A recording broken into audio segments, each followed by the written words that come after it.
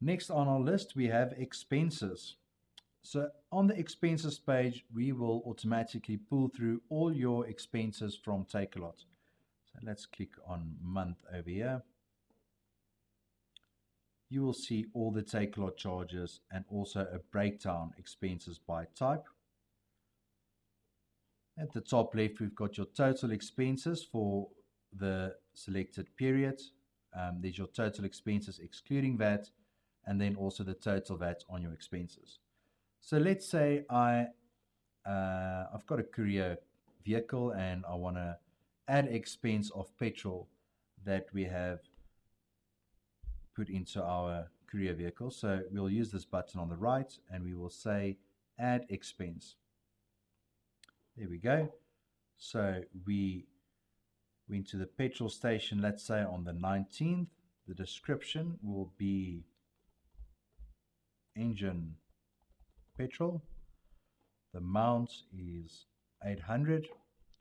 Expense type will be petrol. Okay, so now we've got the following tick boxes available: VAT applicable, VAT included, or VAT only. So let me explain these ones to you. Because we are putting in an expense for petrol, there is no VAT claimable on petrol. So, and there is no VAT added to petrol. So we will not click on VAT applicable as this does not include VAT. VAT is not included into this amount, and this is also not a VAT only amount. So we will go ahead and save this expense as is.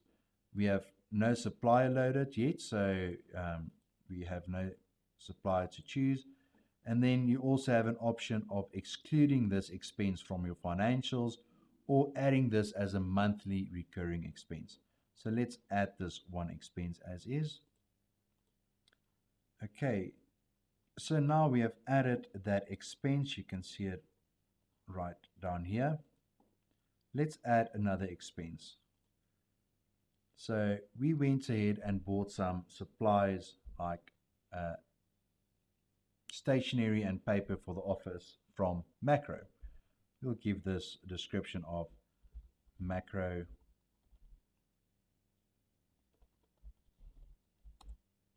stationery. The amount on the slip, the total amount is $7.89. That amount includes VAT. Oh, sorry, the amount includes VAT. And obviously we can claim back on stationery, so we'll say VAT is applicable. You can just double check the excluding VAT amount on your slip as well. Expense type will be office expenses. We do not have a supplier loaded for this. We do not want to exclude this from our financials, and it's not a recurring expense. So we can save this expense as is. There we go. There we've got office expenses added to our expense list. So for now, that is all for the expenses page. It's pretty straightforward.